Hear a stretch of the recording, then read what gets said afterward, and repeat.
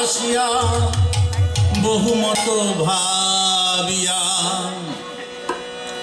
এইভাবে বসিয়া দিন তো যাবে না, হবে না, হবে না সদ্গুরু বিনা।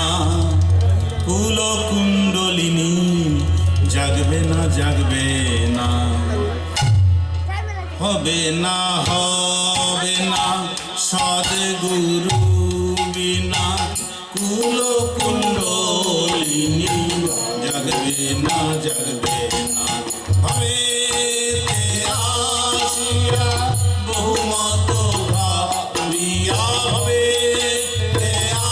আসিয়া বহুমত ভাবিয়া এইভাবে বসিয়া দিন তো যাবে না, এইভাবে বসিয়া দিন তো যাবে না। হবে না, হবে না সদ্গুরু বিনা। কুল কুণ্ডলিনী জাগবে না, জাগবে না।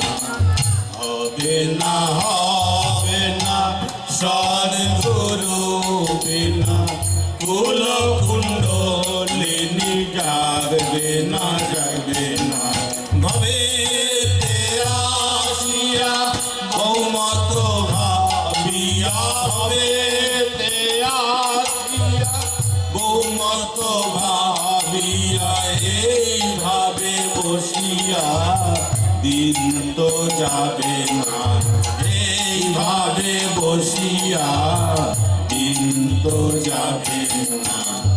হবে না, হবে না সদ্গুরু বিনা। কুল কুণ্ডলিনী জাগবে না, জাগবে না। হবে না, হবে না সদ্গুরু বিনা। কুল কুণ্ডলিনী জাগবে না, জাগবে না। কেন রে ভোলা মন ভ্রময় কারণ, ধর রে সদ্গুরু কর রে বরণ। কেন রে ভোলা মন ভ্রময় কারণ, ধর রে সদ্গুরু কর রে বরণ। কেন রে ভোলা মন ভ্রময় কারণ, ধর রে সদ্গুরু কর রে বরণ। কেন রে ভোলা মন ভ্রময় কারণ, ধর রে সদ্গুরু কর রে বরণ। সদ্গুরু যিনি পরম ব্রহ্ম তিনি, সদ্গুরু যিনি পরম ব্রহ্ম তিনি। সদ্গুরু যিনি পরম ব্রহ্ম তিনি, সদ্গুরু যিনি পরম ব্রহ্ম তিনি। সদ্গুরু যিনি পরম ব্রহ্ম তিনি, সদ্গুরু যিনি পরম ব্রহ্ম তিনি। যুগে যুগে করো ভাই তাহারি সাধনা, যুগে যুগে করো ভাই তাহারি সাধনা। হবে না, হবে না সদ্গুরু বিনা। কুল কুণ্ডলিনী জাগবে না, জাগবে না। হবে না, হবে না সদ্গুরু বিনা। কুল কুণ্ডলিনী জাগবে না, জাগবে না। যজন যজন ইষ্টভৃতি, কলি যুগে শ্রেষ্ঠ নীতি। যজন যজন ইষ্টভৃতি, কলি যুগে শ্রেষ্ঠ নীতি। যজন যজন ইষ্টভৃতি,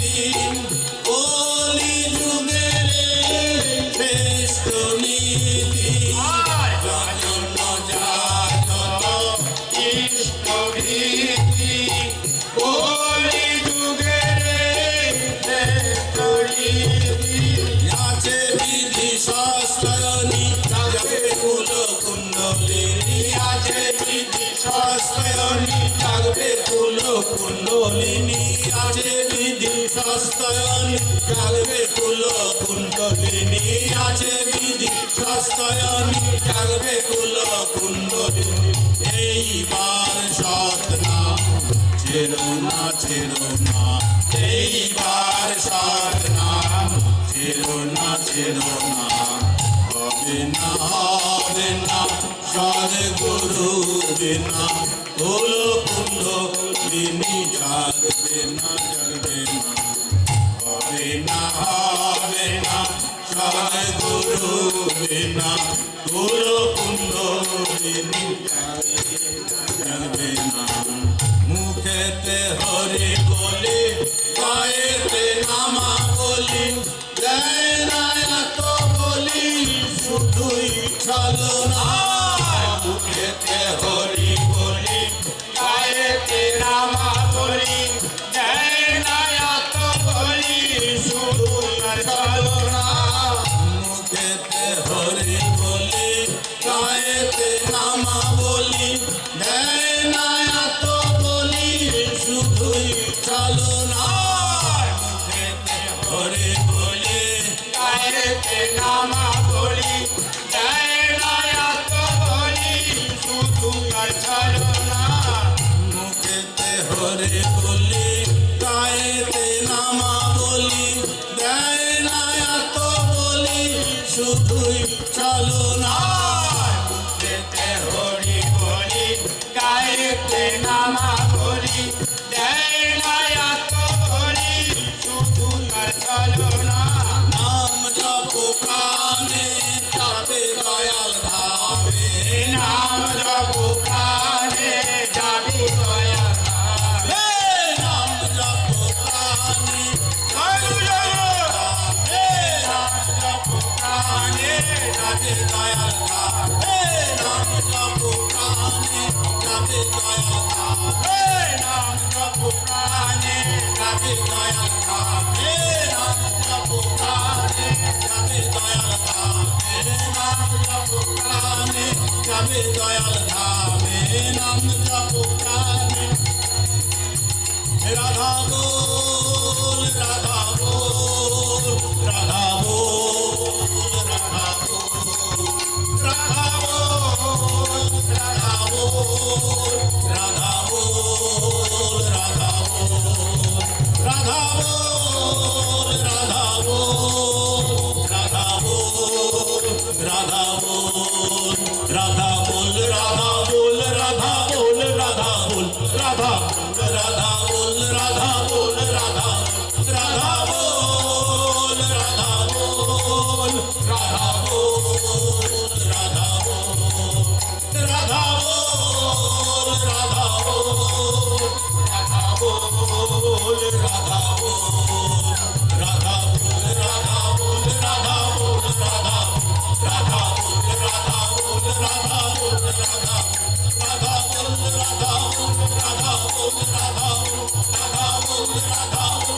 রাধা বল রাধা বল রাধা বল রাধা বল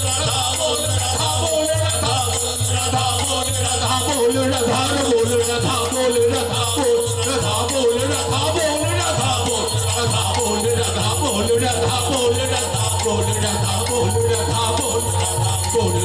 বল রাধা বল রাধা বল রাধা বল রাধা বল রাধা বল রাধা বল রাধা বল রাধা বল রাধা বল রাধা।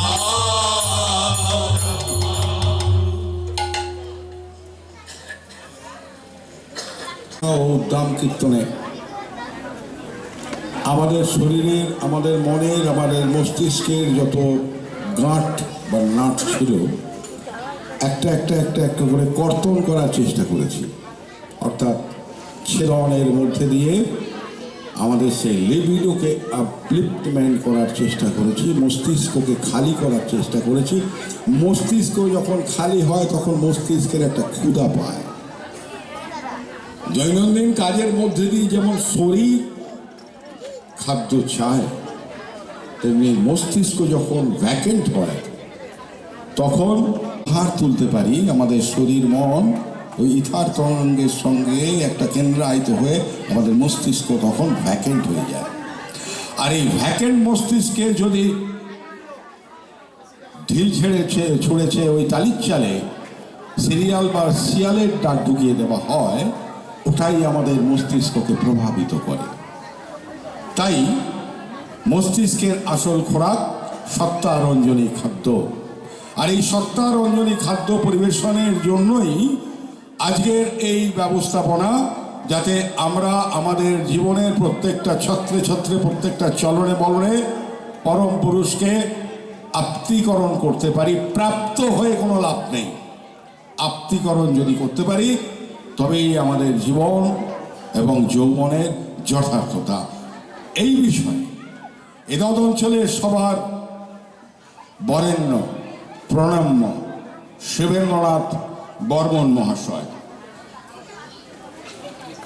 শিবেন্দ্রনাথ পরম দয়াল ঠাকুর আমার, আমি আমাদের এই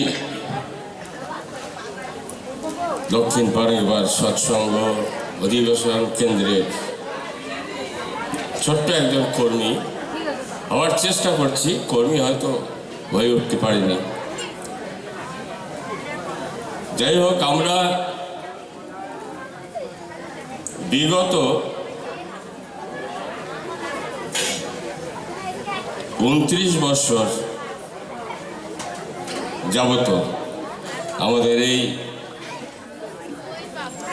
মন্দির প্রতিষ্ঠা বার্ষিকী এবং পরম প্রেমময়ের শুভ আবির্ভাব লগ্নকে উদযাপন করে চলছি। আমাদের এই পথ চলা শুরু হয়েছিল 1997 ইংরেজি 28শে ফেব্রুয়ারি। এতদিন আমাদের এই প্রয়াস ক্রমান্বয়ে বৃদ্ধির দিকে চলছে পরমপিতার কৃপায়, এবং এতদ অঞ্চলের সমস্ত জীবন বৃদ্ধিকামী মানুষের সহযোগিতার উপরে। তাই প্রথমেই আমি সবাইকে ধন্যবাদ জানাবো আমার এই সৎসঙ্গের অধিবেশন কেন্দ্রের তরফ থেকে। আজকের সভা পুরোহিত মহাশয়কে আমার সশ্রদ্ধ প্রণাম জানাই। তৎসহ তার সাথে যারা এসেছেন, রাধা বল্লভদা, শ্রদ্ধেয় উদয় জানা, আমার সন্তান তুল্য বাবাই দাস,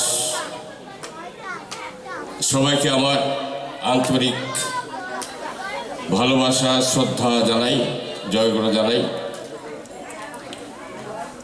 আমাদের এই ছোট্ট প্রয়াস আমরা নিয়ত চেষ্টা করে যাচ্ছি, কারণ পরম পুরুষ শ্রী শ্রী ঠাকুর অনুকূল চন্দ্র এই যুগের পুরুষোত্তম, তাকে ছাড়া এ যুগের কোনো উত্তরণ ঘটার কোনো সম্ভাবনা নাই। মানুষ যত যাই কিছু করুক না কেন, মাথার উপরে একজন ছত্রধারক দরকার। আপদে বিপদে বেদনায় ব্যথায় সর্বত্র সবসময় আমরা কারো না কারো একটু সহানুভূতির স্পর্শ কামনা করি। তো সেই মানুষ হিসাবে আমরা সেই পুরুষোত্তম হিসাবে ঠাকুর অনুকূলচন্দ্রকে পেয়ে আমরা আমাদের জীবনকে ধন্য করতে পেরেছি। তো যাই হোক, বেশি কথা বলার অবকাশ আমার নাই, আমার ইচ্ছাও নাই, বলতেও পারবো না। আমি চাই যেমন করে আমরা পরম প্রেমময় পরম পিতাকে নিয়ে আমরা চলছি, এই চলাটা যেন অবাধ থাকে এবং আরো উত্তরোত্তর বর্ধিত হয়, সেই চেষ্টা আমরা করে যাব এবং আপনাদের সহযোগিতা কামনা করব। আমার ঋত্বিক দেবতা শ্রদ্ধেয় স্বর্গীয় উমেশচন্দ্র বর্মন মহাশয়, তার একটা পরিকল্পনা ছিল, যখন আমরা এই সৎসঙ্গ অধিবেশন কেন্দ্রের স্থাপনের জন্য একটা পরিকল্পনা গ্রহণ করলাম, তখন তার সাথে একবার আমি আমাদের কেন্দ্রীয় আশ্রম গিদনি সৎসঙ্গে গেছিলাম। তখন তার সাথে আমার পারিবারিক সম্পর্ক তৈরি হয় নাই যদিও, তবুও তিনি আমাকে বলছিলেন যে শিবেনদা, আজকে এই আমাদের কেন্দ্রীয় আশ্রম গিদনিতে যে পরিবেশ তৈরি হয়েছে, যে ভক্তমণ্ডলীর সংস্পর্শ লাভ আমরা করতে পারি, তখন অনেকেই ঠাকুর দেখা মানুষ ছিলেন গিদনি আশ্রমে।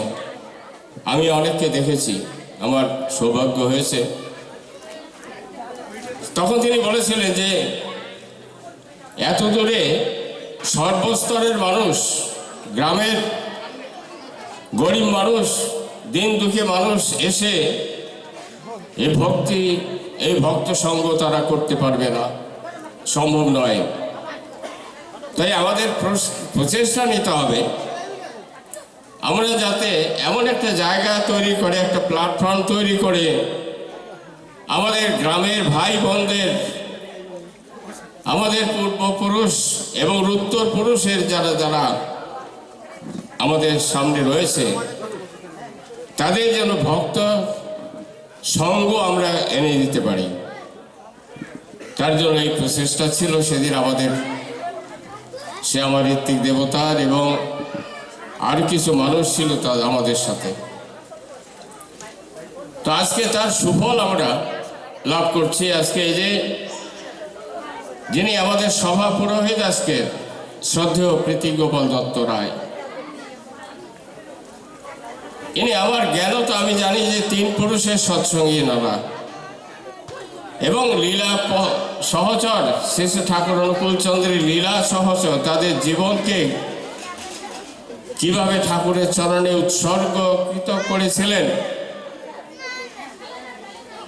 সেটা স্মরণ করলে আমরা তৃপ্তি লাভ করতে পারি, আমার চলার পথটাকে আমরা বেছে নিতে পারি, এটা করতে পারি। সে যাই হোক, সেটা অনেক ইতিহাস। সৎসঙ্গের প্রত্যেকটা কর্মী, প্রত্যেকটা ভক্ত মানুষের জীবনে একটা মহাকাব্যের মতো একটা নিতে পারে। তো যাই হোক, এখন আজকের আমাদের এই শুভ প্রচেষ্টা 28শে ফেব্রুয়ারি আমাদের 30তম মন্দির প্রতিষ্ঠা বার্ষিকী এবং পরম প্রেমময় পরমদয়াল শ্রী শ্রী ঠাকুর অনুকূলচন্দ্রের 138তম শুভ আবির্ভাব মহোৎসব আমরা উদযাপিত করছি। তারই সভা পুরোহিত আমাদের শ্রদ্ধেয় ভক্ত মানুষ প্রীতিগোপাল দত্ত রায়। আমরা তার কাছে শুনবো। আজকের আলোচ্য বিষয় আমাদের রাখা হয়েছে খুব সহজ এবং খুব গুরুত্বপূর্ণ একটা বিষয়। আপনারা ধৈর্য ধরে একটু শোনার চেষ্টা করবেন। আপনাদের আধ্যাত্মিক জীবনের অনেক রসদ খুঁজে পাবেন এই আলোচনার মধ্যে। আলোচনার বিষয়বস্তু আজকে আমরা রেখেছি মানব জীবনে ধর্ম তথা শ্রী শ্রী ঠাকুর অনুকূল চন্দ্রের প্রয়োজনীয়তা। যে যুগে মানুষ আর ধর্মকে মানতে চাচ্ছে না, একজন বরেণ্য নেতা বলছে যে ধর্ম আর রাজনীতিকে আলাদা করতে হবে, ধর্ম আর রাজনীতিকে একসাথে গুলিয়ে ফেললে কোনোটাই হবে না, এবং তা হয়েও চলছে। আর তার পরিণাম যা ঘটছে তা আমরা হাড়ে হাড়ে বুঝতে পারছি। ভবিষ্যতে আরো আমরা নির্মমভাবে বুঝতে পারবো যে কথাটার পরিণতি কোথায়। আপনারা হয়ে উঠেন, অধিকারী হয়ে ওঠেন জীবনের। আপনারা যারা যারা দীক্ষিত, সদ্গুরু দীক্ষা লাভ করেছেন, ঠাকুর অনুকূল চন্দ্রের দীক্ষায় দীক্ষিত হয়েছেন, তাদের বলছি, অনুরোধ রাখছি, আবেদন রাখছি, এমন এক জিনিস আমরা পেয়েছি যেটার মূল্য খুঁজে পাওয়া যায় না। তো সেই জন্যই আপনারা অবহেলা করে সময় নষ্ট করবেন না। পরমপিতাকে নিয়ে আরো তরভাবে জীবনের গতিকে বাড়িয়ে তুলে জীবন বৃদ্ধিমুখী ধর্ম অনুসরণ করে চলার চেষ্টা করুন। ধন্য হবেন, কৃতার্থ হবেন, জীবনে সার্থক হবেন। জয় গুরু, ভালো থাকবেন সবাই। এতক্ষণ আমরা শ্রদ্ধেয় শিবেন্দ্র বর্মন মহাশয়ের কাছ থেকে তার অভিব্যক্তি শ্রবণ করলাম। এবারে খুব চৌম্বকে, মানে বিন্দুতে সিন্ধু পরিবেশন করতে আসবে আজকের তরুণ তুর্কি, সুদূর হুগলি জেলার চন্দননগর থেকে আগত সোহম সুন্দর দাস।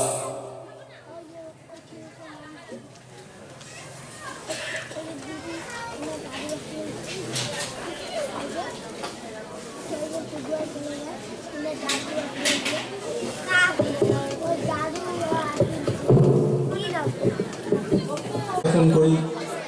এছাড়া উপস্থিত ঋত্বিক, যাজক, অধৈর্য বৃন্দ সকলকে আমার শ্রদ্ধা ভালোবাসা জানাই। এছাড়াও আজকে এই উৎসবে উপস্থিত হয়েছেন তিনি, ওই গুরু যিনি আমাদের জীবনে, তার জীবনে যিনি গুরু তিনি জেনেছিলেন, তাকে প্রসাদ স্বরূপ এই এলাকায় বিভিন্ন প্রান্তরে দূর দূরান্তে বিভিন্ন মানুষের কাছে প্রসাদ রূপে বিতরণ করেছিলেন। কেন বিতরণ করেছিলেন? তার গুরুকে, গুরু আমাদেরকে কি করতে পারে আমাদের জীবনে? গুরু মানেই হলো যিনি অন্ধকার থেকে আমাকে আলোর পথে নিয়ে যাচ্ছেন। তমসমা জ্যোতির্গময় মৃত্যুর্ম অমৃতময়, তমসার পার অচ্ছেদ্য বর্ণ মহান পুরুষ যিনি শ্রী শ্রী ঠাকুর অনুকূল চন্দ্র রূপে এ যুগে আবির্ভূত হলেন। নর দেহ ধারণ করে তিনি এই গুরু রূপে মানুষকে তার মতো করে ভগবত্তায় উত্তীর্ণ করার জন্য এই নরর দেহ নিয়ে আবির্ভূত হলেন। বাইবেলে আছে, god created man after his own image. ভগবান চায় মানুষকে তার মতো করে সুন্দর করে তুলতে, তার ভগবত্তার গুণে গুণান্বিত করে তুলতে, তার ভগবত যে গুণ রূপ সৌন্দর্যে মহিমান্বিত করে তুলতে চান তিনি। তাই যুগে যুগে বিভিন্ন রূপে তিনি অবতীর্ণ হন, কখনো রাম, কখনো কৃষ্ণ, কখনো বুদ্ধ, যিশু, মোহাম্মদ, শ্রীচৈতন্য রূপে, কখনো আবার শ্রীরামকৃষ্ণ রূপে, আবার এই যুগে সর্বশেষ শ্রী শ্রী ঠাকুর অনুকূলচন্দ্র রূপে তিনি আবির্ভূত হলেন। আমাদের গুরু রূপে আমরা তাকে বরণ করে নিলাম। আর গুরু রূপে বরণ করে নিলে কি হবে? আজকের যে সবার যে বিষয় তার সাথে অঙ্গাঙ্গিভাবে যুক্ত। একটু আগে বলছিলেন যে মানুষের জীবনে ধর্ম তথা অনুকূলচন্দ্রের কি গুরুত্ব আছে, প্রয়োজনীয়তাটা কি, আমাদের জীবনে গুরুর প্রয়োজনীয়তাটা কি, এ বিষয়ে বিস্তারিতভাবে বলতে আসবেন সভার সভাপুরোহিত। আমাদের জীবনের গুরু পুরুষোত্তমের প্রয়োজনীয়তাটা কি যদি আমরা না বুঝতে পারি, তাহলে আমাদের জীবনটাকে বোঝা হলো না। আমাদের ভাবতে হবে, আমাদের জীবনটাকে হয়তো আমরা ঠিক বুঝে উঠতে পারলাম না, এটাকে আমাদের ভাবতে হবে। যদি আমরা গুরুর প্রয়োজনীয়তাটাকে না অনুভব করতে পারি আমাদের জীবনে, আমাদের এই চলমান জীবনে ভব নদী পার হওয়ার মতো সমুদ্রের গভীরে, জীবনের গভীরে যখন আমরা পাড়ি দিচ্ছি, তখন ওই জাহাজের যেমন যদি কম্পাসটা না থাকে, জাহাজের যদি কম্পাসটা না থাকে, গভীর সমুদ্রে যখন পাড়ি দেয়, ওই কম্পাসটাই হচ্ছে তাকে ওই তীরে ফিরিয়ে আনার হচ্ছে একটা কৌশল। তীরে ফিরিয়ে আনার জন্য ওই তার ভরসা হচ্ছে ওই কম্পাসটা নর্থ ইন্ডিকেট করছে, যে কোথায় তোমার ফিরতে হবে ইন্ডিকেট করছে।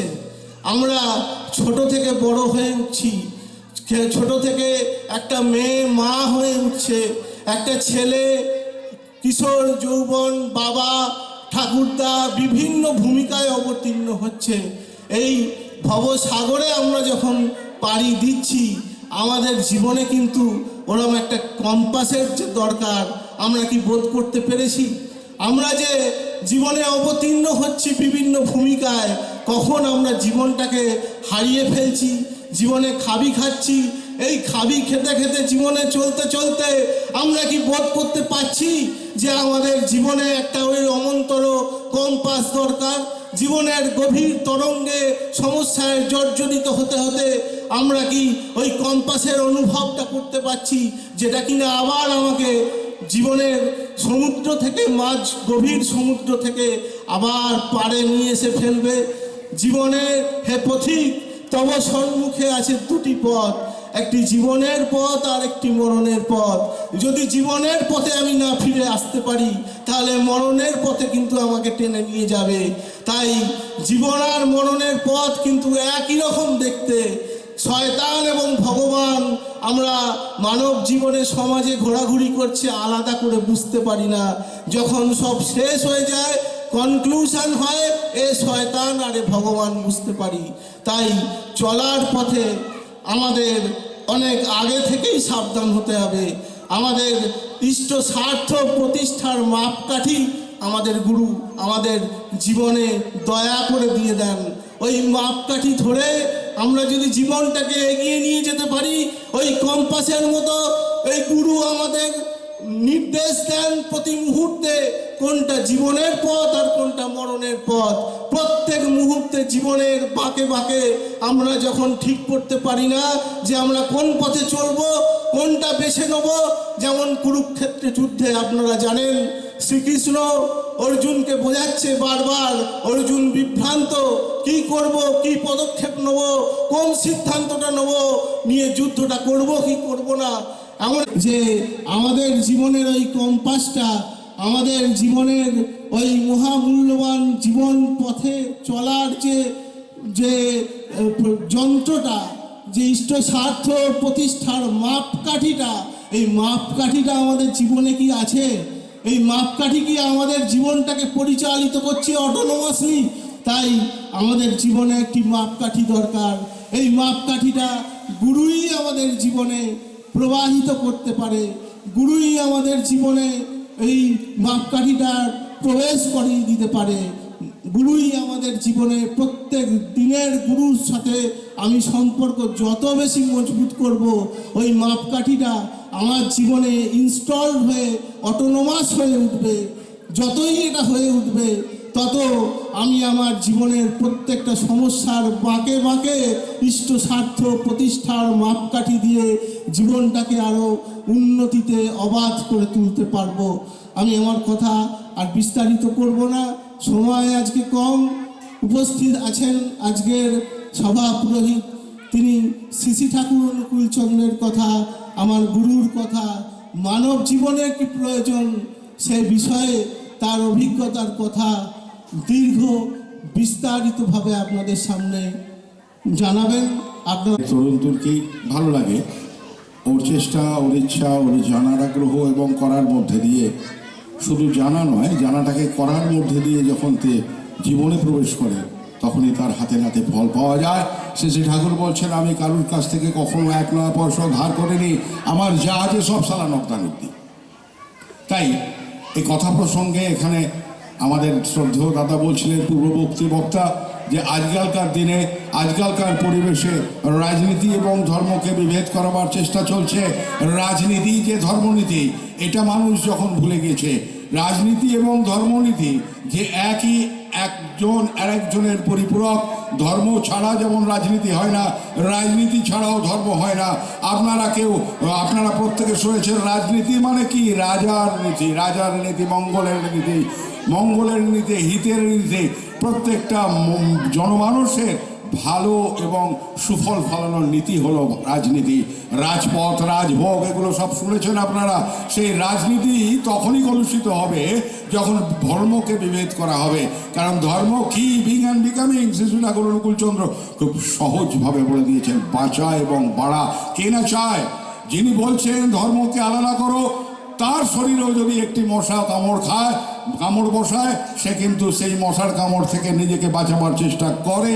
এটাই ধর্ম। বাঁচতে নরের যা যা লাগে তাই নিয়ে এই ধর্ম জাগে। পরম পুরুষ শ্রী শ্রী ঠাকুর অনুকূল চন্দ্র আমাদের কাছে সহজ বিজ্ঞানটা দিয়ে গেছেন। তাই এহেন পুরুষোত্তমকে আমার জীবনে কেন প্রয়োজন, তিনি গ্রহণ করছেন, সেই পুরুষোত্তমকে তিনি কেমনভাবে তার জীবনে আত্মিকরণ করেছেন। আবারও বলি, প্রাপ্তি নিয়ে কিচ্ছু হবে না। ঠাকুরের কোলে বসে যদি আমি আচড় বিচড় খাই, ঠাকুর যদি আমার গায়ে হাত বুলিয়ে দেন, আমাকে তেল মাখিয়ে দেন, কাজকলা, নিট ফল কাজকলা, আপ্তিকরণ, তার চাওয়া, তার ইচ্ছা, তার ভালো লাগা, সেটা আমার জীবনে ফুটিয়ে তোলাই হচ্ছে আপ্তিকরণ। আর সেটাই হলো প্রকৃত সৎসঙ্গের একটা পরিচয়। আসছেন শ্রদ্ধেয় বরেণ্য আজকের সভাপুরোহিত প্রীতিগোপাল দত্ত মহারাজ। अजनानतिमिरान्धस्य ज्ञानाञ्जनशलाकया चक्षुरुन्मीलितं येन तस्मै श्रीगुरवे नमः। परम श्रद्धेय ঋত্বিক দেবতাবৃন্দ, এই দক্ষিণ পারঙ্গের পার অঞ্চলের অগণিত সৎসঙ্গী, অগণিত সুধী সজ্জন সাধুবৃন্দ, আমার পূজনীয় মায়েরা এবং দাদারা, এবং এখানে উপস্থিত দেখতে পাচ্ছি বেশ কিছু ছোট ছোট আমার ভাই বোনেরা আছেন। সকলকে আমার প্রীতি, শুভেচ্ছা, শ্রদ্ধা জ্ঞাপন করি এবং শ্রী গুরুর শ্রীচরণে আপনাদের সকলের সুস্থি, স্বস্তি ও শান্তি কামনা করি। এই 28শে ফেব্রুয়ারি দিনটি ফালাকাটার এই অঞ্চলের মানুষের কাছে একটা খুব রঙিন দিন, গুরুত্বপূর্ণ দিন। শুধু এই অঞ্চলের মানুষের কাছেই নয়, আমাদের মতো যারা কলকাতা বা অন্যান্য অঞ্চল থেকে এই উৎসবে যোগদান করার সুযোগ লাভ করেন, তাদের কাছে এই উৎসবটা শুধু একটা, ইংরেজিতে যাকে বলে পারফাংটারি, মানে একটা আনুষ্ঠানিকতা নয়। এই উৎসব প্রাণময় উৎসব। তার কারণ এই উৎসবের সূচনার যে বীজ, যার কথা আপনারা এর আগে শুনেছেন, শ্রদ্ধেয় উমেশচন্দ্র বর্মন, তার মধ্যে, তার হৃদয়ে, তার প্রাণে যে আকুতি, যে আবেগ জন্ম নিয়েছিল, যে শ্রী শ্রী ঠাকুরকে সকলের মধ্যে ছড়িয়ে দিতে হবে। এটা একজন আমি পেয়েছি, আমি শুধু তাকে নিয়ে থাকলাম, তাহলে চলবে না। যারা মিলিয়নেয়ার বিলিয়নেয়ার হয়, সাধারণত দেখা যায় তারা টাকাগুলি নিজেদের কাছে রেখে দিতে আগ্রহী থাকে।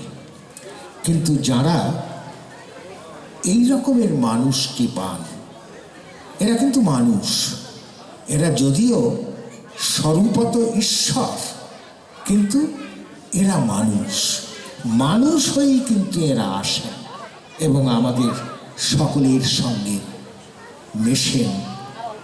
তার হাসি, তার বলা, তার করা সব কিছু একেবারে মানুষের মতো, কিন্তু একটু আলাদা। ওই জন্য কবি তার সম্পর্কে বলেছেন মজার মানুষ। এমন মজার মানুষ আর দেখা যায় না, যার চলা বলা হাসি খেলা যে দেখে সে বলে না। এই মানুষকে যারা পেয়েছেন, যেমন তাদের মধ্যে একজন শ্রদ্ধেয় উমেশচন্দ্র বর্মন, আমাদের ভবেশ তার পিতৃদেব। এই মানুষগুলি তাদের প্রাপ্ত, ওই বলছিলেন উদয়দা, যে প্রাপ্তি নয় আপ্তি, যারা নিজেদের করে নিয়েছেন। প্রাপ্তি মানে পেলাম, আমি একটা কিছু পেলাম, কিন্তু সেটা নিজের করে নিতে পারলাম কি না তা কিন্তু জানা নেই। যারা যা পেলেন নিজের করে নিতে পারলেন, এমন মানুষগুলি তাকে আর নিজের করে শুধু রাখতে পারেন না, সকলের মধ্যে ছড়িয়ে দিতে চান। সেই যে একটা আগ্রহ, সেই যে আকুতি, শ্রদ্ধেয় উমেশ তার হৃদকন্দরে একদিন জেগে উঠেছিল, তার থেকে এই মহোৎসবের সূচনা। এবং সেই সঙ্গে আজকে এইবার আর কি এই বছরে 30তম মন্দির প্রতিষ্ঠা দিবস, সেটা পালিত হলো। 29 বছর পেরিয়ে 30তম বর্ষে, এটা কিন্তু কম কথা নয়। আর এই যে অধিবেশন কেন্দ্র বা মন্দির, সেটা কিন্তু এই একটা উৎসবের দিনের ব্যাপার নয়। একটা উৎসবের দিনে কিছু অনুষ্ঠান হলো, গান বাজনা হলো, আলাপ আলোচনা হলো, অনেকে আপনারা এলেন, সেজন্য আমরা ধন্য হলাম নিশ্চয়ই। তারপরে আনন্দবাজারের প্রসাদ বিতরণ হলো, কিন্তু শুধু এইটুকু নয়, সারা বছর ধরে এই অঞ্চলের মানুষের সঙ্গে যে যোগাযোগ, তাদের সেবা সম্বর্ধনা, এই সবটা নিয়ে কিন্তু এই মন্দির। শ্রী শ্রী ঠাকুরের মন্দির কেমন হবে সে বিষয়ে খুব সুন্দর করে তিনি বহু জায়গায় বলেছেন। আমরা সাধারণত মন্দির বলতে ভাবি একটা পূজাস্থল, যেখানে গিয়ে কিছু ফুল নৈবেদ্য দিয়ে পুজো করতে পারি দেবতার। হয়তো কেউ কেউ ধ্যানে বসতে পারেন, কারণ নিরিবিলি জায়গা। শ্রী শ্রী ঠাকুর বলছেন যে হ্যাঁ, নাম ধ্যান পূজা সব আছে, সব করতে হবে, কিন্তু মানুষের বাস্তব সেবা, মানুষের বাস্তব সম্বর্ধনা, এটা না হলে ধর্ম হলো না। কাজেই যে কেন্দ্র থেকে মানুষকে সেবা করা যায়, শিক্ষার বিস্তার, স্বাস্থ্যের সেবা ইত্যাদি, যেভাবে মানুষের বাঁচা এবং বাড়াকে, জীবনকে সেবা করা, এর কেন্দ্র তাকেই ঠাকুর মন্দির বলেছে। এখানে শ্রদ্ধেয় ভবেশ তার নেতৃত্বে এবং আরও অনেক বিদগ্ধ এবং অত্যন্ত প্রবীণ ভক্ত মানুষেরা আছেন, তাদের পরিচালনায় সারা বছর ধরে যে সেবা যজ্ঞ চলে, তার জন্যই কিন্তু আপনারা আকৃষ্ট হয়ে আসেন। যারা সৎসঙ্গী নন তারা কেন এসেছেন? এসেছেন কিন্তু এই মানুষগুলোকে দেখে, প্রথমত এসে তারপর খোঁজ পাচ্ছেন এই মানুষগুলো যাদের নিয়ে চলছে, যাকে নিয়ে চলছে, সেই তাঁর গুরু, সেই ইষ্ট দেবতাকে। সেটা পরে, প্রথমে কিন্তু আপনাদের যোগ এই মানুষগুলোর সঙ্গে। এখন এই মানুষগুলো কি করে এরকম মিষ্টি মানুষ হয়ে উঠেছেন? ভবেশদার সঙ্গে যার আলাপ আছে, তিনি আর কিছু বলুন বা না বলুন, একটা কথা মানবেন যে বড় মিষ্টি মানুষ। এই মিষ্টি হলেন কি করে? আজকে তো এই সমাজে আমরা এই মিষ্টতার বড় অভাব দেখতে পাচ্ছি। আমরা ঘরে আমরা শান্তি পাই না। ঘরে মা বাবার কাছে ছেলে তার মনের কথা বলে একটু আনন্দ পাবে, মা বাবার একটু প্রশংসা পাবে, এটা হয় না। মা বাবা ছুটছে তার মতো করে টাকার পেছনে, তাদের কেরিয়ারের পেছনে। তারা ক্ষুব্ধ হয়ে আছে প্রতিটা মুহূর্তে। কাজে ছেলে মেয়েকে সেইভাবে একটা যে পরিচর্যা করা, তাকে যে একটু শান্তি, একটু স্বস্তি দেওয়া, তাকে ঠিক পথে চালনা করা, ধৈর্য ধরে, স্থৈর্য ধরে, এটা আজকাল পাওয়া যাচ্ছে না। কাজে ছেলেগুলিও হয়ে যাচ্ছে বেয়ারা। স্বামী স্ত্রীর মধ্যে, তাদের মধ্যে সম্পর্কটা ভাব কিছুতেই যেন, মানে আমরা বলি না যে দুধে আর খই এটা মিশতে হবে, তো না হলে আর কি স্বামী স্ত্রীর সম্পর্ক? আজকাল দুটো আলাদা আলাদা সত্তা। স্বামী তার মতো, স্ত্রী তার মতো। স্বামী আছে তার জীবন, তার বিলাস ব্যসন, তার কর্তৃত্ব, এই নিয়ে। স্ত্রী সে তার ওই নারী স্বাধীনতা বলে যে আজকাল কতগুলো আছে ব্যাপার, সেইটার জন্য সে লালায়িত হয়ে আছে। নারী স্বাধীনতা খারাপ কিছু নয়, কিন্তু নারী স্বাধীনতা যদি নারী আর পুরুষকে মিলিত না করতে পারল, নারী স্বাধীনতা যদি নারী এবং পুরুষের মধ্যে মানে দেওয়াল তুলে দাঁড়ালো, তাহলে তার যথার্থ, তার সার্থকতা কোথায়? সেই স্বাধীনতা নিয়ে কি করব? সমাজ কি করবে? নারী বা কি করবে? কাজে একটা চতুর্দিকে একটা রুক্ষতা, শুষ্কতা এবং কর্কশ একটা ব্যাপার। রাজনীতির কথা বললে তো আর এই কর্কশ শব্দের আর অন্ত নেই। তো এই অবস্থার মধ্যে একটা মানুষ এত মিষ্টি হতে পারেন কি করে? এটাই হচ্ছে এই গুরুর দান, এই শ্রী ঠাকুরের দান। দেখুন ছবিটা, এই ছবিটার দিকে একবার তাকান, কিরম স্মিত হাস্য নিয়ে এবং করুণ নয়নে তিনি স্নেহ বিতরণ করছেন, আশিস বিতরণ করছেন। এটা আজকে ছবিতে আমরা দেখছি, কিন্তু আমার সৌভাগ্য হয়েছে তার সামনে বসে তাকে দেখার। আমার বয়স তখন খুব অল্প, যখন প্রথম তাকে দেখলাম, তখন আমার এই যেমন তত্ত্বদর্শী, এই রকম বয়সে দেখেছি। তখন তো আমার খেলে বেড়াবার কথা, চতুর্দিকে চঞ্চলতা, চতুর্দিকে মানে, এবং দেওঘর আশ্রমের প্রাঙ্গণটাও তো বিশাল, সেখানে খেলাধুলো করব, এই তো হওয়ার কথা। কিন্তু মার সঙ্গে গিয়ে সেই যে ঠাকুরের কাছে সামনে, ঠাকুরের পার্লারের সামনে বসতাম, অদ্ভুত কথা, আর উঠতাম না। যতক্ষণ আশ্রমে থাকতাম ওইখানে বসে ঠাকুরকে দেখে যেতাম। কেন? এটা কি আমি তখন খুব ভক্ত ছিলাম? আমি তখন খুব জ্ঞানী ছিলাম যে আমি ভগবানের সামনে বসে আছি, সুতরাং ভগবান দর্শন করি আমার পুণ্য হবে? তা তো না। আমি তো একটা ছোট্ট বালক, খুবই ছোট, আমার কোনো বোধ বুদ্ধিও নেই, কে কার সামনে বসে আছি তাও জানা নেই। দেখতে ভালো লাগতো, আর কিচ্ছু না। যখন আপনারা কোনো পর্বতের সামনে গিয়ে দাঁড়ান, তখন অবাক হয়ে দেখতে থাকেন, তাই তো, চোখ ফেরানো যায় না। সমুদ্রের সামনে গিয়ে দাঁড়ান, তখন তার গর্জন, তার সেই উত্তাল যে জলোচ্ছ্বাস, সেটা নয়ন মেলে আপনারা দেখেন, আমরা দেখি।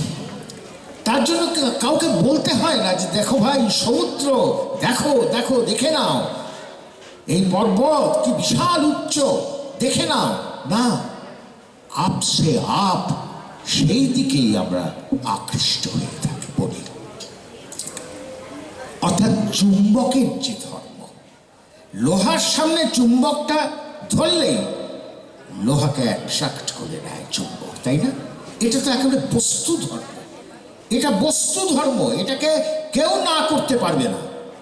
এই বস্তু ধর্মের ক্রিয়াকলাপ দেখেছি, এবং তখন তো বুঝিনি, আজ যখন ভাবি তখন অবাক হই যে সত্যি বটে, একটি মানুষ কত মিষ্টি হলে, একটি মানুষের কথা কত মিষ্টি হলে তিনি একটা শিশুকে পর্যন্ত খেলা ভুলিয়ে দিতে পারেন। এটা আমার জীবনে আমি দেখেছি, ভবেশটার জীবনেও ভবেশটা দেখেছি।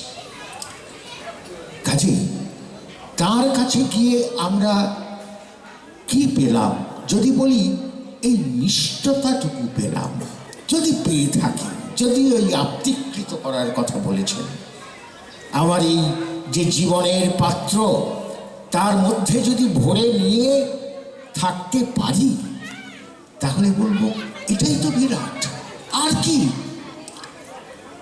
কি পাওয়া যায় তাকে ধরে, এটা বলে তো শেষ করা যাবে না। এটা যার যার তার, আবার পুরো সমাজের একরকম। তবু বলি, এক মা, তার হঠাৎ মনে হয়েছে যে, তিনিও আশ্রম চালিয়ে, তার হঠাৎ মনে হয়েছে যে ঠাকুরকে ধরলাম, ঠাকুরের কাছে আছি, কিন্তু কি হলো, কি পেলাম আমি? এই তার মনের মধ্যে এই প্রশ্নটা এসেছে। তো ঠাকুরের সামনে গিয়ে বসেছেন। ঠাকুর তাকে দেখেই বললেন, এই বোধহয় সুশীলা মা, এই সুশীলা, আচ্ছা তুই কত, তুই যে আমারে ধরলি, কি পেলি? সোজাসুজি জিজ্ঞাসা করলেন অন্তর্যামী। তার মনের প্রশ্নটা তার মধ্যে ফুটে উঠেছে। সুশীলা মা বলছেন যে, ঠাকুর এটা তো আমার মনেও প্রশ্ন। উত্তর খোঁজ, উত্তর খোঁজ, কালকে বলবি আমাকে। সুশীলা মা উত্তর খুঁজছেন, মানে মনে মনে খুঁজছেন, কিন্তু কোনো উত্তর তো পাচ্ছেন না। পরের দিন গেছেন, কিরে কি পেলি? না ঠাকুর, কিছু বুঝে উঠতে পারছি না। যা যা যা, আরেকদিন আরেকবার খোঁজ, কালকে বলবি। এই করতে করতে একদিন সুশীলা মা রাত্রিবেলায় স্বপ্ন দেখছেন যে ঠাকুর তাকে 5টা পঞ্চশীল, 5টা কাজ আমাদের করতে বলেছেন সবাইকে। ইষ্টভৃতি, সস্তায়নী, সদাচার, যজন, যাজন। যজন, যাজন, ইষ্টভৃতি, সস্তায়নী, সদাচার, এই 5টা নিত্য আচরণীয় প্রত্যেক সৎসঙ্গীর। কর্ম। এটা তিনি স্বপ্নে দেখলেন। পরের দিন ঠাকুরের কাছে গেছেন, তখনও তার মনে কোনো উত্তর তিনি পাননি যে ঠাকুরকে ধরে কি পেলাম। ঠাকুর আবার জিজ্ঞাসা করলেন, কিরে উত্তর কিছু পেলি? তখন হঠাৎ একটা ফ্ল্যাশ করে গেল সুশীলামার মনের মধ্যে যে আচ্ছা, ওই যে আমি স্বপ্ন দেখলাম আমি যজন যাজন ইষ্টভীতি সস্তরী সদাচার পেয়েছি, এটা মনে হতেই তিনি বলে ফেললেন আমি ওই যজন যাজন ইষ্টভীতি সস্তরী সদাচার পেয়েছি। ঠাকুর বললেন ওইটাই তো ঠিক, ওটাই পেয়েছিস। এবং শ্রেষ্ঠ ঠাকুর এবার যে ধর্ম আন্দোলন আমাদের জন্য, সমগ্র মানব সমাজের জন্য মনে রাখতে হবে, তিনি কিন্তু শুধু হিন্দুদের জন্য দিয়ে যাননি, শুধু মুসলমান, শুধু খ্রিস্টান, কোনো সম্প্রদায়কে বিশেষভাবে তিনি দিয়ে যাননি।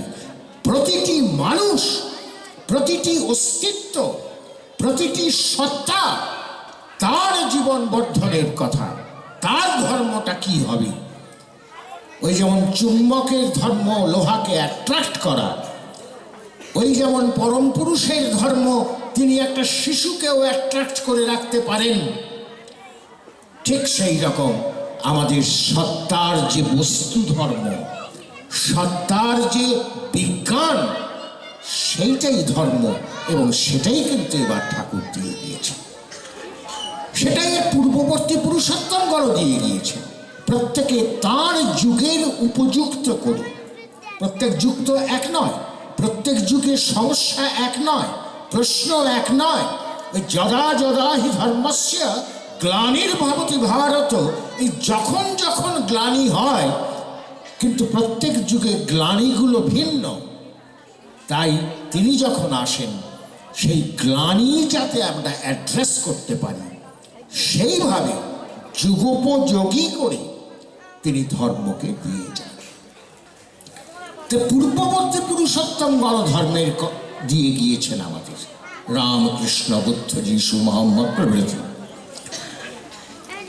আবার বেদে আমরা দেখেছি আমাদের জীবনচর্যার মূল যে দ্বারা, সেটা হচ্ছে যজ্ঞ। যজ্ঞ কেন্দ্রিক আমাদের জীবন, ব্যক্তিগত, পারিবারিক এবং সামাজিক, সবটাই যজ্ঞকে কেন্দ্র করে। কিন্তু এই যুগে যজ্ঞ করার মতো হবি কাষ্ঠও আপনি পাবেন না, কারণ অরণ্য ধ্বংস করলে, কাঠ কাটলে আপনার জরিমানা হয়। যজ্ঞ করার মতো অত মানুষজনও নেই। যেমন এখানেই আমি দেখতে পাই যে কয়েকটা মানুষ প্রচণ্ড খাটেন এই উৎসবের সময়, কিন্তু মানুষের সংখ্যা কম। আপনারা যত আরো এগিয়ে আসবেন, তত আরো সুন্দর করে এই উৎসব করা যাবে। তো মানুষ যজ্ঞ করা অত সহজ নয়, মানুষের সময় নেই যজ্ঞ করার। সেই অবস্থায় তাহলে যজ্ঞ কেন্দ্রিক ধর্ম আচরণ বা জীবনের আচরণ কি করে সম্ভব? শ্রী ঠাকুর তাই এই সমস্ত যে এর পূর্ববর্তী যে ধর্মবিধান, যা পূর্ববর্তী পুরুষোত্তমগণ দিয়ে গেলেন, যা আমাদের শাস্ত্রীয় আচার আচরণ আছে, সবগুলিকে মন্থন করে বর্তমান যুগের উপযুক্ত করে সহজভাবে, এই যুগটা কিন্তু সহজ চায়, জটিল হয়ে গেছে যুগ, কাজে জটিল ধর্মাচরণে এই যুগের কোনো লাভ নেই। সহজ করে তিনি আমাদের দিয়ে গেলেন ওই পঞ্চশীলের মধ্যে যজন যাজন ইষ্টভৃতি সস্তেরণ সদাচার। এটা খুব সহজ। যজন মানে আমি তার কথা, তার আদর্শের কথা চিন্তা করব এবং নিজেকে অনুশীলনে প্রবৃত্ত করব। এটা আমরা প্রতি মুহূর্তেই করতে পারি, এটার জন্য আলাদা করে সময় দেওয়ার দরকার নেই।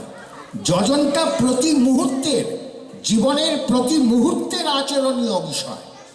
যজন কিন্তু কোনো নির্দিষ্ট সময় ভোর রাতে উঠে বা গভীর নেশায় বা অরণ্যে গিয়ে কিছু একটা সাধনা করতে হবে তা নয়।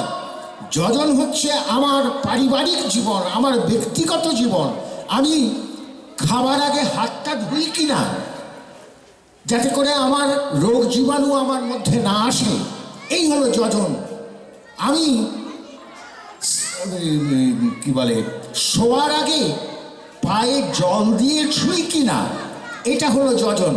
কারণ পায়ে জল দিয়ে শুলে ঘুমটা ভালো হয়। আমি খুব সাধারণ সহজ কতগুলো কথা বলছি, এই সবটা হলো যজন, প্রতি মুহূর্তের ব্যাপার।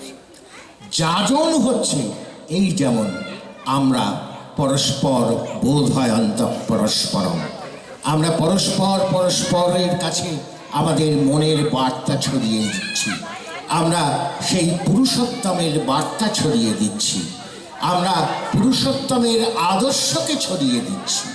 এই হচ্ছে যাজন।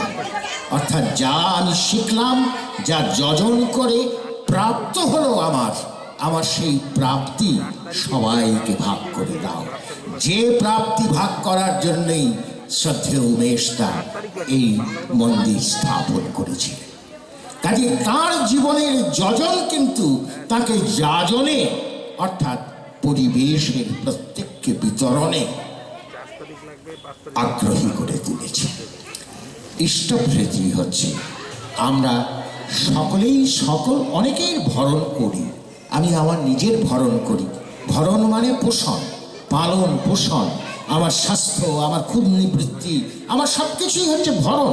আমাকে বাঁচিয়ে রাখার জন্য যা যা করি, তেমনি আমার স্ত্রীর জন্য করি, আমার সন্তানের জন্য করি, আমার পাড়া প্রতিবেশীর জন্য করা উচিত।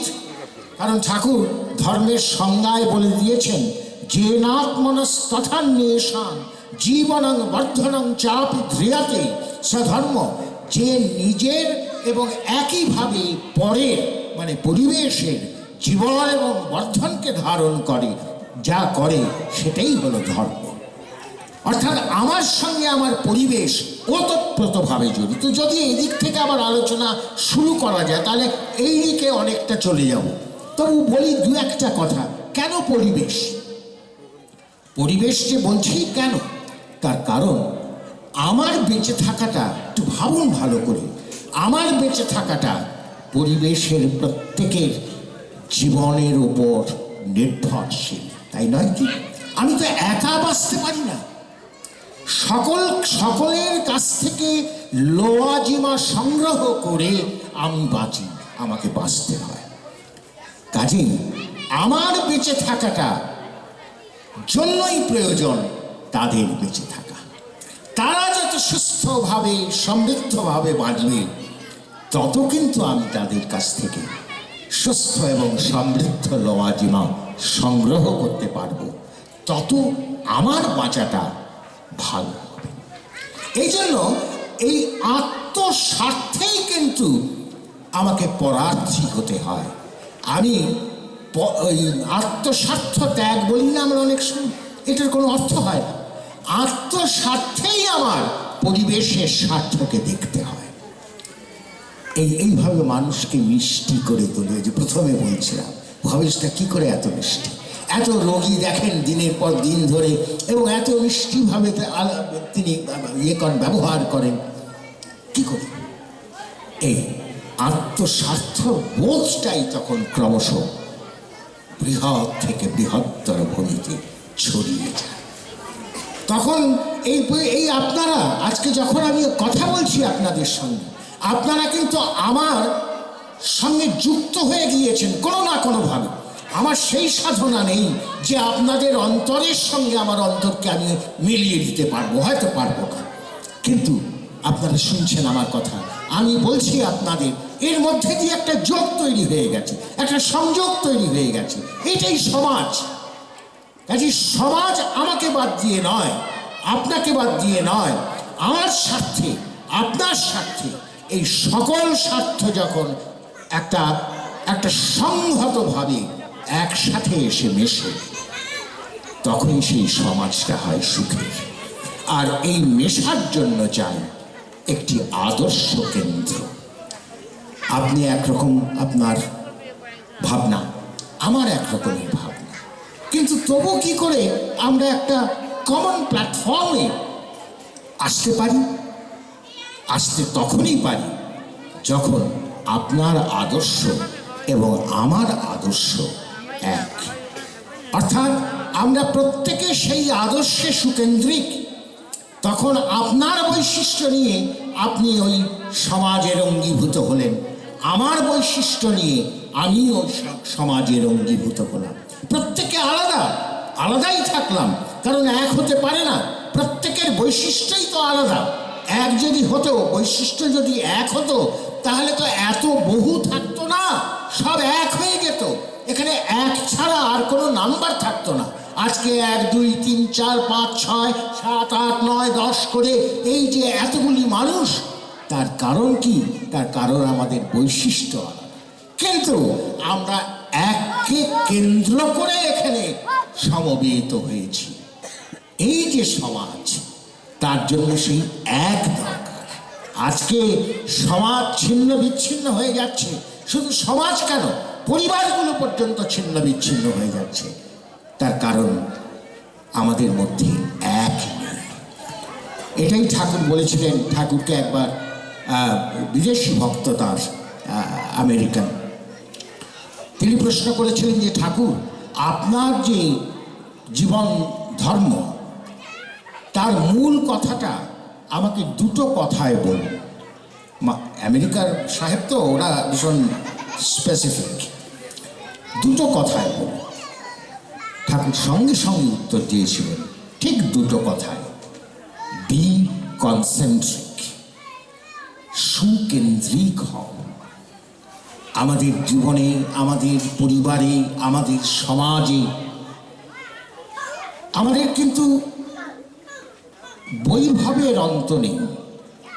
অর্থের বৈভব, আমার জ্ঞানের বৈভব থাকতে পারে কারো, কত রকমের বৈভব মানুষের বিভিন্ন বৈশিষ্ট্যের আছে, কিন্তু তবু মানুষ সুখী হয় না। তবু পরিবারগুলি একত্র জোট বেঁধে চলতে জানে না। তবু সমাজ ছিন্ন বিচ্ছিন্ন হয়ে যায়। তবু রাজনীতি আমাদের বারবার কাটকাট মারমার করে আমাদের উপর অত্যাচার চালায়। কেন? তার কারণ হচ্ছে আমরা কেউ সুকেন্দ্রিক নই। আমাদের বিচ্ছিন্ন, বিশ্বস্ত, বিধ্বস্ত হয়ে আছি আমরা। আমাদের নানা জনের, আমাদের এক একজনের চেয়ে এত প্রতিভা, কত মানুষের কত প্রতিভা থাকে, কিন্তু দেখবেন খেয়াল করি তার চরিত্রের দুর্বলতা কমে না। সে সুখে মানুষকে সুখী করতে পারে না, মানুষকে আহ্লাদিত করতে পারে না, মানুষকে সঙ্গে নিয়ে চলতে পারে না। এগুলি তো এখনকার যুগের ইলস, যেগুলো আমাদের অসুখ। এই অসুখটার মূল কারণ হচ্ছে সুকেন্দ্রিকতার অভাব। সুকেন্দ্রিক হতে গেলে একটা কেন্দ্র ঠিক করতে হবে, এবং সেই কেন্দ্রই হলেন পরম পুরুষ, পুরুষোত্তম এবং যুগ পুরুষোত্তম। এই কথাটা বলে আমরা শেষ করব।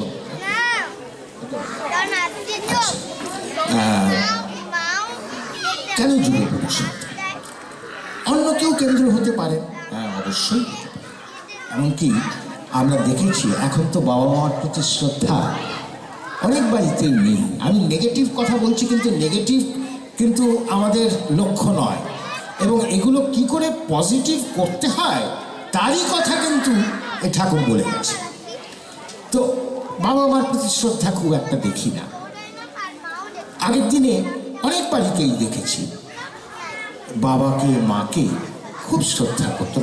ছেলে যখন বড় হয়ে গেছে, বিদ্যান বুদ্ধিমান হয়ে গেছে, তখন বিদ্যাসাগরের কথা ভাবুন, তার জীবনের ঘটনাগুলো, কি মাতৃভক্ত, এত বড় একটা চরিত্র, ব্যক্তিত্ব।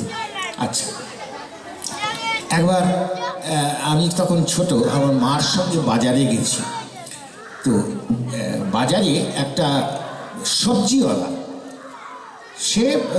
সেখান থেকে আমরা প্রায়ই কিনতাম আর কিছু না কিছু। তো যাই হোক, সেদিন তার কাছে আর বিশেষ কিছু নেই, একটা বোধহয় কুমড়ো ছোট ফালি বাইরেও একটা আছে। তখন ও উঠছে, তখন গুছিয়ে নিচ্ছে। তো মা বললেন, ও তোমার আজকে বিক্রি ভালোই হয়েছে, তাহলে বেশ, তাহলে যাও এইটা যেটা আছে তোমার স্ত্রীকে দাও গিয়ে। মানে স্ত্রীকে গিয়ে দিলে ও কিছু রান্না করে দেবে। ও মা, সেই সবজিওয়ালা মাকে বলছে, কেন স্ত্রীকে কেন দেবো, বাড়িতে আমার মা আছেন, মাকে দেবো। এই হচ্ছে কেন্দ্রিকতা, বুঝতে পেরেছেন তো? কাজে একটা সবজি বিক্রেতা সে কতখানি সুকেন্দ্রিক।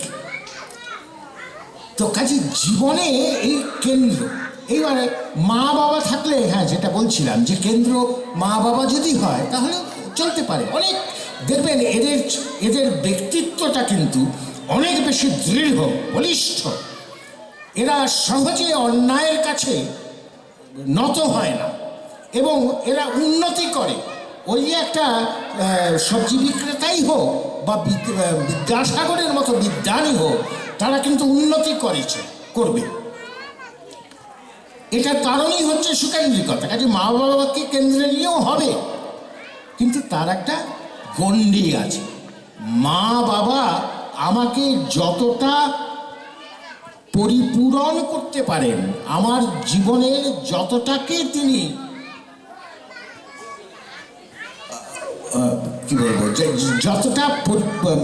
যতটা পরিধি পর্যন্ত তাদের যে প্রভাব পড়বে, সেই গণ্ডিটা কিন্তু নির্দিষ্ট মা বাবার। তেমনি অনেকে স্ত্রীকে কেন্দ্র করেও চলতে পারেন, কেন চলতে পারবেন না, পারেন। তারও কিছু না কিছু একটা চরিত্রের মধ্যে পরিবর্তন হবে, কিন্তু সেখানে পরিবর্তনের গণ্ডিটা কিন্তু কাটা আছে। এই পরিবর্তনের গণ্ডিটা সবচেয়ে বেশি আছে কার হাতে? এই পুরুষোত্তমের হাতে। কাজে তাকে কেন্দ্র করে চললে মা বাবাকেও পরিপূরণ করা হয়, স্ত্রীকেও পরিপূরণ করা হয়, সন্তানকেও পরিপূরণ করা হয়, সমগ্র সমাজকে পরিপূরণ করা হয়। সেই জন্যই পুরুষোত্তমকে এবং যুগ পুরুষোত্তমকে জীবনের কেন্দ্রে ধারণ করা, তাকে অনুসরণ করা, তাকে বহন করা, এটাই হচ্ছে আমাদের জীবন ও বৃদ্ধির একমাত্র পথ। আর কোনো পথ কিন্তু নেই। আজকে এই যে তিনি ঈশ্বর ঈশ্বর ঈশ্বর, কাজে সে যিনি সবটা দেখেন, তার কাছ থেকে দীক্ষা নিয়ে, শিক্ষা নিয়ে আমাদের রাজনীতি, সমাজনীতি, শিক্ষানীতি, অর্থনীতি, সমস্ত পররাষ্ট্রনীতি, সমস্ত কিছু আমাদের পরিচালিত করা দরকার।